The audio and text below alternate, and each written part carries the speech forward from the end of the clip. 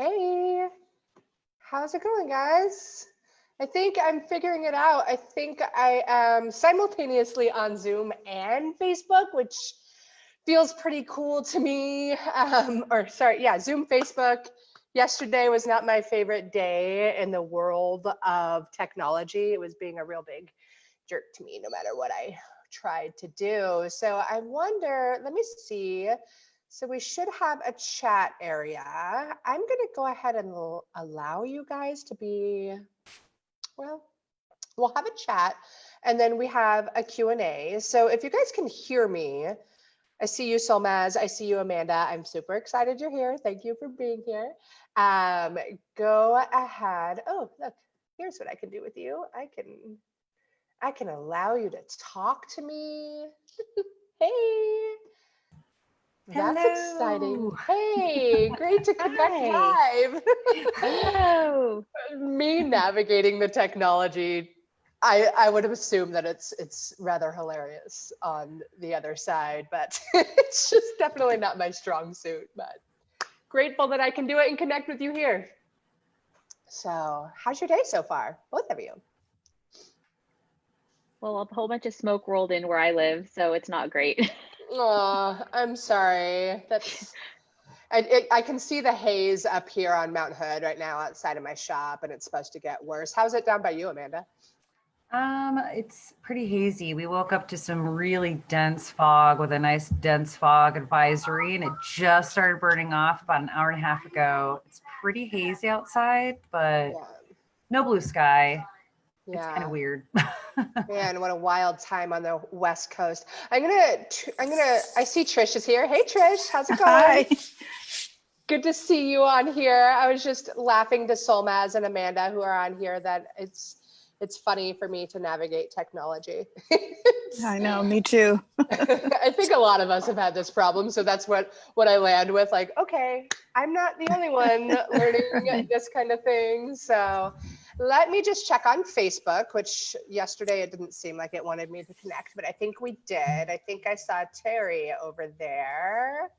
She's at least following us, so maybe she is in the herb pack group.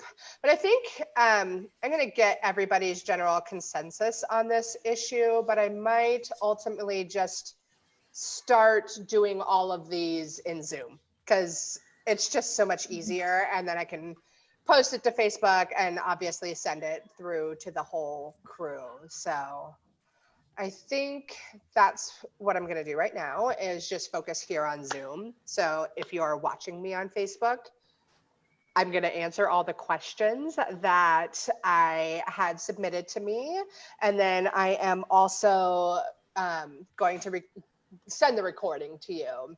So if you do have questions that you'd like to get answered live, try and find me over in Zoom where I had a link in the Facebook group for an event with the link to this Zoom meeting. It'll just be a little bit easier for me to handle. And I see a few of you are going ahead and muting, which is awesome. So if Trish, if you want to mute yourself again, and if you have questions as we go about it, definitely pop in. I would love to have the engagement and the questions. So first, Amanda, you're totally right. Yes, it's the innate immune system working in me. I'm not sure if you can hear it right now, but I'm a little bit stuffy. Last week, my partner was sick, and I'm not sure if it's all males or just my special one, but when they're sick, they're just like, they are out. And it's our job as I don't know, people that love each other to take care of them.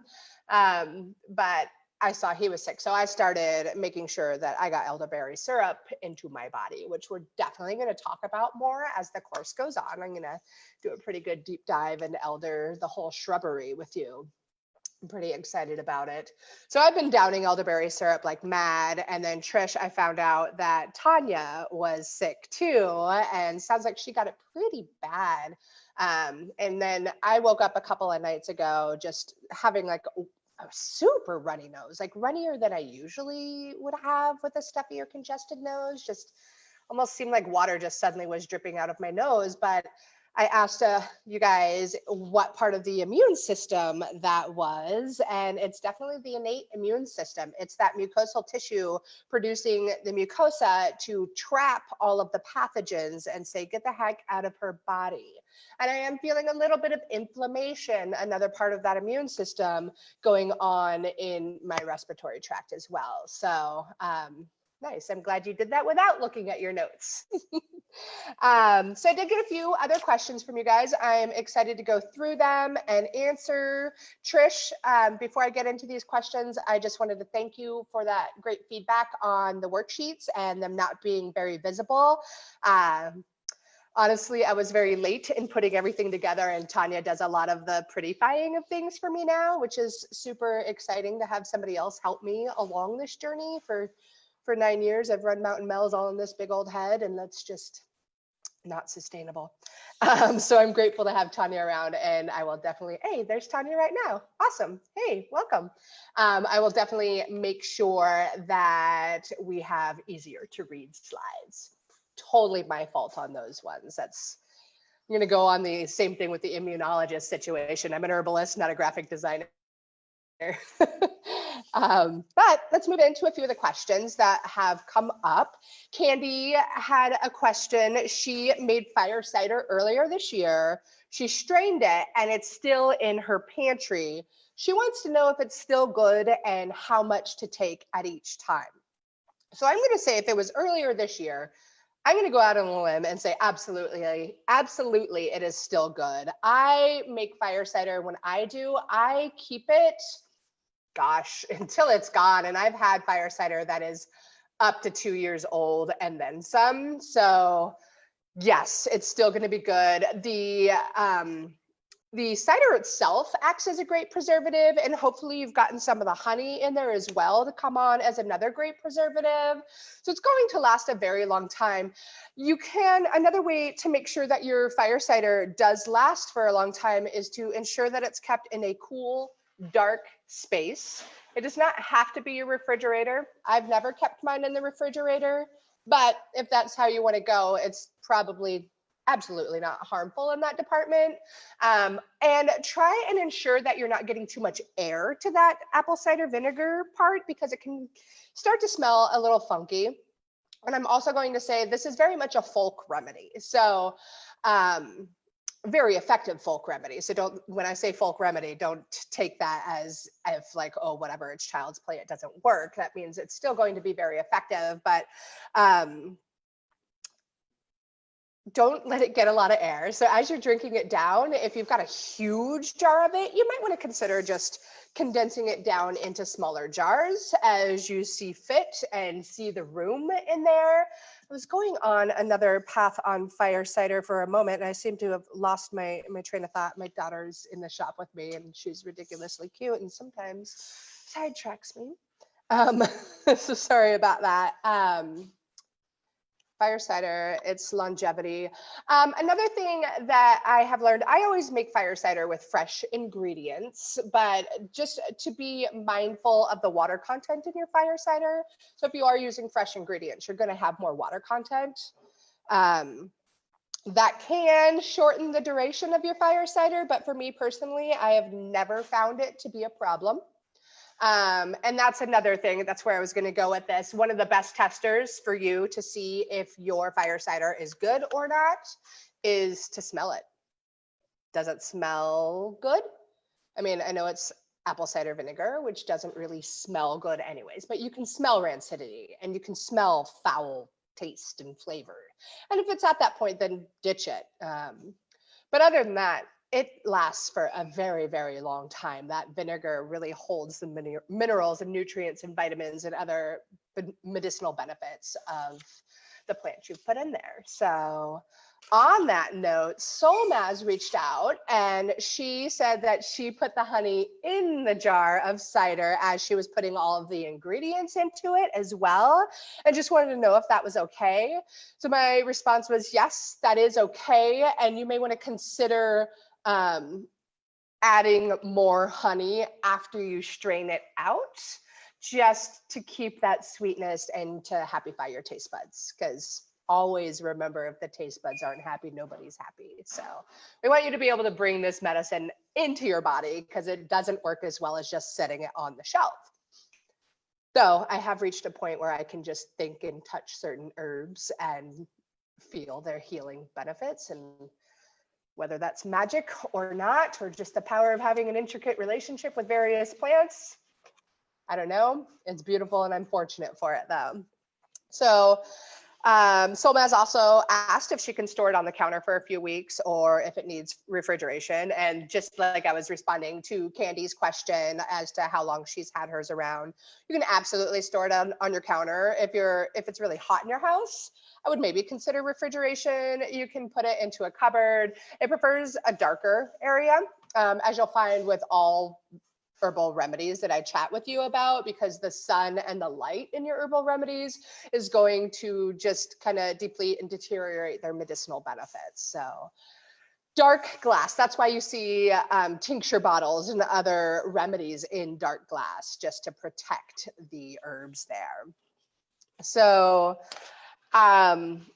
those were the only things on fire cider that were super directly related. But then Solmaz had a few other really cool questions that I thought were great. And she's a trail runner, which I think is fantastic. And you're in Northern California, is that right? You can just chat yes in the comments or unmute yourself. I think that's where you are. Anyways, she does a lot of trail running. Ooh, I see chat here. I just now noticed it, so pardon me. Oh, I can call you Sol, the sun. I love it. Cool, Tanya got on the Facebook Live. Yay! I can't believe I got over that technological boundary for me. Hopefully a few other people are there, and hopefully I should check over there. Maybe you could, Tanya. If you see questions pop up in the Facebook Live, would you just shoot them in the chat for me? I see that I can now see the chat. I wasn't seeing it a moment ago. So I'm going to open that up for all of you. Thank you, Tanya. You are the best. So back to Sol, the sun, beautiful. She does a lot of trail running, and her daughter was recently bit by wasps. And she says herbal remedies for wasp bites immediately after the bite, and what's best in the days after when the area is hot, red, and blotchy. So if you think about the immune system and what it's doing there, that is inflammation. It is your body's way of trying to kick out those intruders, and wasp venom is absolutely an intruder. My favorite thing to do is plantain. And if you haven't heard me talk about plantain yet, it's my best friend. I love plantain more than anything. It's really an amazing remedy because it does so many things, but particularly to this, it's got this amazing ability to extract venom from infections and extract infections, pardon me. So if I get a bee sting or a wasp sting or anything like that, I will run to plantain right away. It's also great at cooling things. So it's an anti-inflammatory agent. It's purely magic. I have watched it draw out splinters from rough carpenter's hands. I was having a man build a chicken coop for us once, and then we were feeding him dinner afterwards, and he was like, oh, this big old splinter he couldn't get out. And I'm like, oh, I'll go up. I have some plantain tincture that I had made earlier that year. And I gave him a cotton ball with that plantain tincture and had him hold it on that splinter for a few. And he's like, I could see in his eyes, like, okay, Mel, whatever, you and your hippie crazy remedies, I'll try it anyways. 10 minutes later, we're hanging out chatting. I'm like, so how's that splinter? And he pulls off the cotton ball, and there's just this huge splinter that was embedded in his really rough, callous hands. So cool. I've done the same thing for myself. I was out hiking, or actually I was more bushwhacking somewhere, and a blackberry thorn stuck in the back of my leg. And I'm the type that's like, yeah, whatever, I'll get over it. And I just kept on walking. And about a month later, I noticed that it's really red and pussy and inflamed, and like, oh, should probably do something about that, Mel. And I did the same thing with the plantain tincture that I had created, and out came this huge blackberry thorn and lots of gnarly pus, which is just amazing. So I love plantain for so many things, and the fact that it's likely growing out in your yard right now, in your sidewalk cracks, on the sides of on the sides of roadways. It really likes disturbed areas that we humans have come in and kind of destroyed. And it is very common. You can find out more about plantain. I did a blog post about it on Mountain Mel's. So you can just go over to Mountain Mel's and search my blogs for plantain. I think it's mountainmel's.com /blog/news/plantain-herb. I go into detail there. And then I've also got a podcast episode about it. Absolutely one of my favorite plants ever. And I think it's one that everybody needs to know. Like, even my daughter has known it forever, and she'll go to the playground, and if a friend gets hurt, she runs over to the plantain.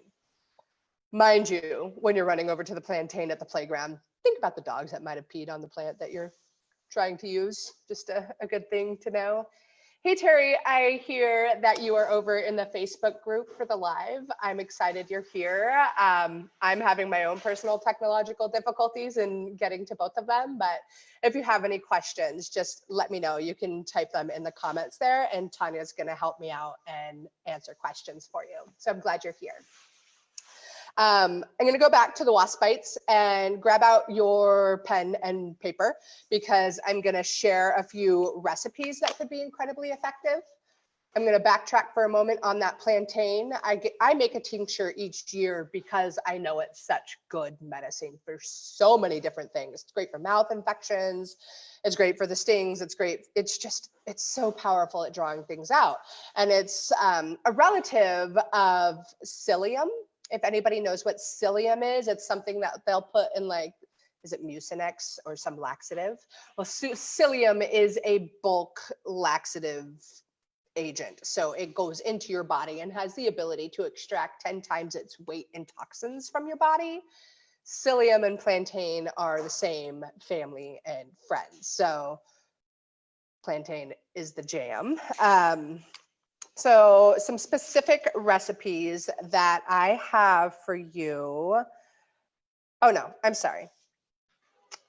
I would do the plantain. I would get a powder of it. And then also, one thing to think about wasp venom.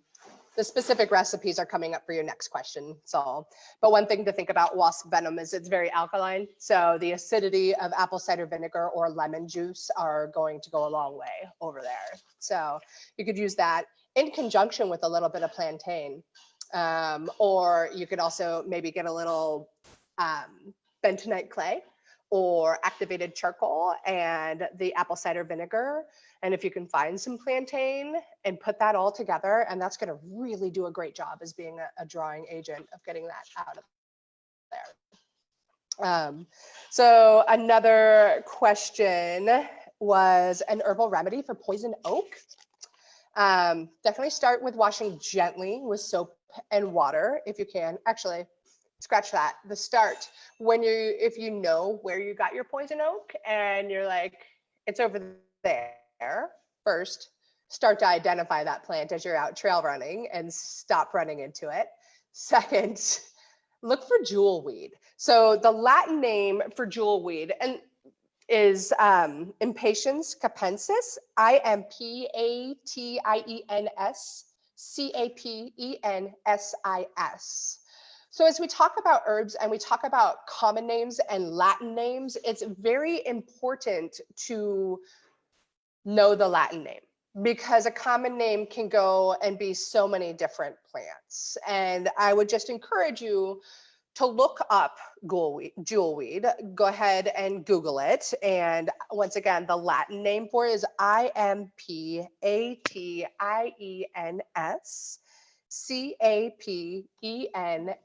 CAPENSIS. So that is likely growing 20 to 30 feet, maybe even 10 feet around wherever you've gotten poison oak. So you can go ahead and grab that plant and its leaves and such and put it on that area. Be mindful of getting more scratches on your body because that can open up to the bloodstream and then those oils can get into your bloodstream, which is not going to be fun at all. And another thing you can do is if you have manzanita trees and you have their leaves around, you could gather some of those leaves and go home and make a very strong tea of the manzanita leaves. And that will act as an astringent. So it's going to draw that oil away from your skin. And then another cool thing you could do if you were able to find that jewelweed, great. 2 tablespoons of jewelweed, 2 tablespoons of comfrey, another one of my favorite plants, about 1/4 cup of apple cider vinegar, and then 3 drops of peppermint essential oil with 1/2 teaspoon of salt. You could take that concoction and you could put that onto your skin. And since you're using that with the apple cider vinegar, you can make that once and have a little bit and use it throughout the year just as a preparation, knowing that you might be running into poison oak again. And then if you wanted to go a couple of steps deeper with that, you could make a poultice out of it. So you can create a really cool powdered remedy. There's various ways to do it. The things that I would put into my powder would be activated charcoal. I would do bentonite clay. You could add flaxseed. You could add fennel seed powdered. Those are going to be very cooling and mucilaginous. So mucilaginous means that it's going to be very cooling and coating and coat that whole inflamed area. And a little bit of apple pectin. So you make that into a powder. Ooh, and you could throw psyllium in there too, or plantain. Make that into a powder and then use that liquid concoction with the ACV, the jewelweed, and the comfrey that I talked about a moment ago. And you can make a little paste that's going to help draw it away. So that's a kind of a complex situation, but not really. Once you have it made ahead of time, then you're golden. It's worth spending an hour of your time to make that if you run into poison oak often.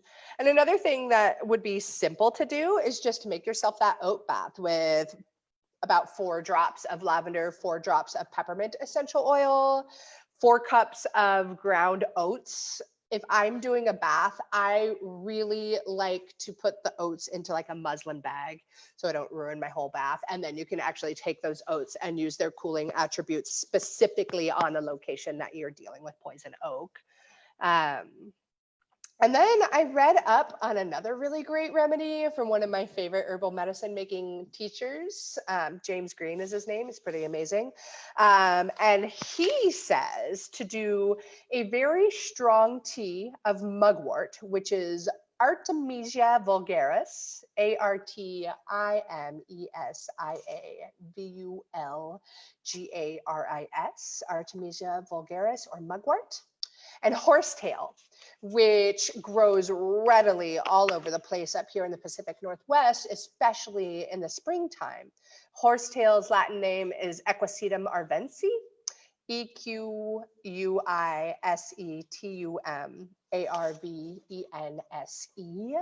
So you'll make a tea of those 2 ingredients. This is very folky again, but folky can often work really, really well. So you take 2 parts of that tea. When I say parts and we're talking measurements, a part means if you're using a tablespoon, you do 2 tablespoons. Or if you're using a cup, the part is your choice of the measurement, but you're just going to keep the ratios appropriate. So 2 parts of that tea of mugwort and horsetail, and then 1 part apple cider vinegar. This apple cider vinegar stuff's coming up all over the place, right? And then you do 1 tablespoon of salt to the tea vinegar mixture and store that in your refrigerator. And then you can use that as a little wash over the poison oak oils and such. You can also go back to those, making it into a poultice. That's what I like if I've got a liquid.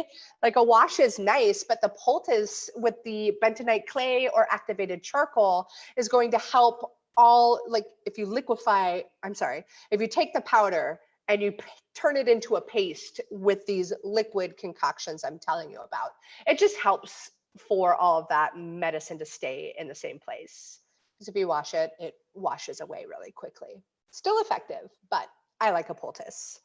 Yeah, so that's a long answer to poison oak, which is another way of your immune system working and helping you out. And that sniffle brings me into the next question, interestingly enough. Sol wants to know an herbal remedy for congestion or a runny nose and is wondering what I've done for myself. So I haven't done much for myself as of yet, other than sleep with tissues in my nose so I don't drip all over the place. Yeah. And drink a lot of elderberry syrup right now. I'm really taking on a lot of it. And I thought yesterday I felt like every hour I was getting worse. Today I'm feeling much better. So I'm not sure if it was because I was really excited to do a live Q&A with you guys or what, because I am. But I'm definitely feeling better. And that's one thing that I've noticed with my family and living with Chris for 10 years and having Anira for 7 years and just noticing the ways our bodies react to different illnesses. Both of them will get sick way more than I ever do. And their illnesses last way longer than mine do. So I'm grateful. Grateful that I get better. Now, if I can make my baby girl get better faster, that'd be really cool too. But some other things that I might and would absolutely consider for runny nose and congestion is doing an herbal steam. And I'm hoping and likely believing that you've got some thyme or some rosemary or some oregano on hand at your home.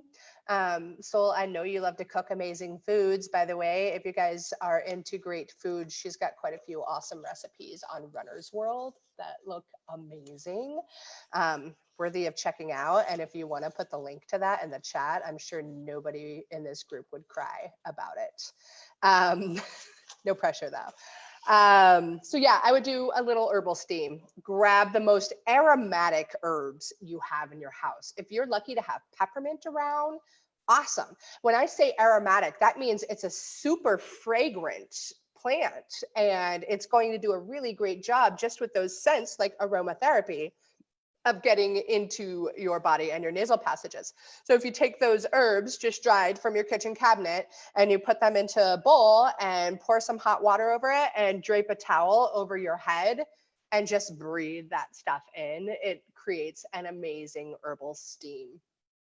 And that is one of the first simplest things that you can do. And then later on in this course, I'm going to be sharing some recipes and how-tos specific to treating cold and flu. It's actually in our last module. But I'm also going to share with you, I make a chest rub that is really amazing. And my cousin, she lives in Nebraska, and I've given her this chest rub before, but then she asked me for it in August. And I mailed it to her and I wrapped it in all this plastic or like in little baggies and such, because I knew it's made out of coconut oil and it was likely to melt. But it did melt all over all of her other stuff too, unfortunately. Oh yay, there's Solmaz's, can you guys see the chat? I think I said it so all of you guys can see the chat. And I know you said call you Sol, but I love the whole Solmaz. I think it sounds awesome and I might be saying it wrong. And if I am, I apologize. But the recipe is in this link. If you can see that, oh, good, good. They're amazing. So I still haven't done the smoothie, which maybe I'll do right after this before I take my daughter to Taekwondo. Yeah, so I'll be sharing the recipe for the chest rub that works wonders. I use this chest rub for my daughter when she's extremely congested. I put it on her feet and on her back at bedtime, and it's amazing how much better she can breathe and how she does not cough. It's really, really beautiful. And it's much more of an aromatherapy situation than it is an herbal situation. And that's a whole nother discussion to get into at another time. Aromatherapy is great. I find herbs to be even better. And then, so you asked me about my thoughts on the flu shot. And one thing, as we carry on throughout this whole course and everything that I do, One thing to remember, and I'll be putting this disclaimer all over the place as well, is that I am not a medical doctor and I am not trained to treat, diagnose, or prescribe anything to you. So keep that in mind. I can get into big trouble if I don't keep those things at the forefront as an herbalist. But that being said, the flu shot, my thoughts, my opinion is you work with your doctor and see what's best for you. For me personally, I have never gotten a flu shot. I will never get a flu shot. I don't need a flu shot. My immune system is a pretty darn healthy immune system. If you're leading a predominantly healthy lifestyle, where I know you do, you eat well, you exercise well, you get lots of time in nature, your immune system, even if you were to get the flu virus, is likely going to be able to handle such things. Yeah, the flu shot is for some people, but I see more people that do get the flu shot that then get the flu. And so it goes back to that whole immunizations and vaccinations piece we talked about in the adaptive immunity, that your body knows these different viruses, though the flu virus keeps creating new parts of their army that our body doesn't recognize. So like, in short, I'm not a fan of flu shots. My family will not be getting flu shots. But again, chat with your doctor about it. You know, that's the best way I can go with that. Yeah, do you guys have any other questions for me? That's all I got for this round. I have a feeling that the questions will be a little bit more prevalent as we move on and we get into more of the herbs and we talk a lot of different remedies and medicine making techniques and such. So I'd love to hear your thoughts, or yeah, if you have any other questions.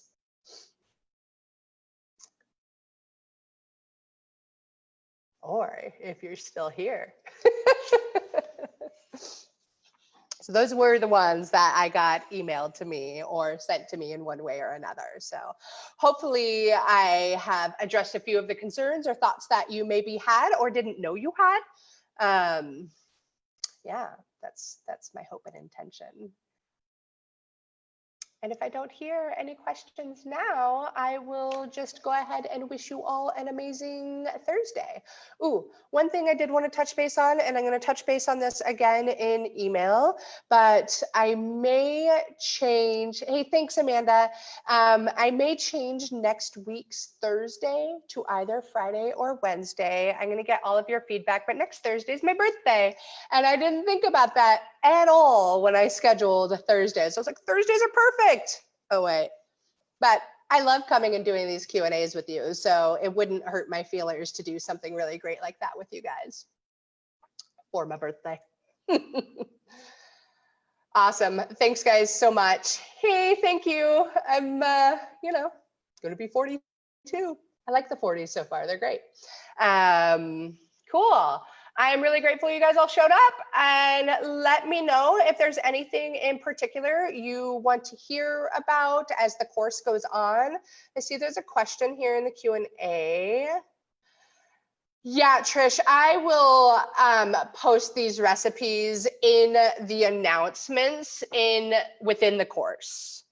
Hopefully that will work for you guys. So yeah, I will do that for you. No problemo. And any other questions? I'm happy you guys are here. And have a superb Thursday. Take care.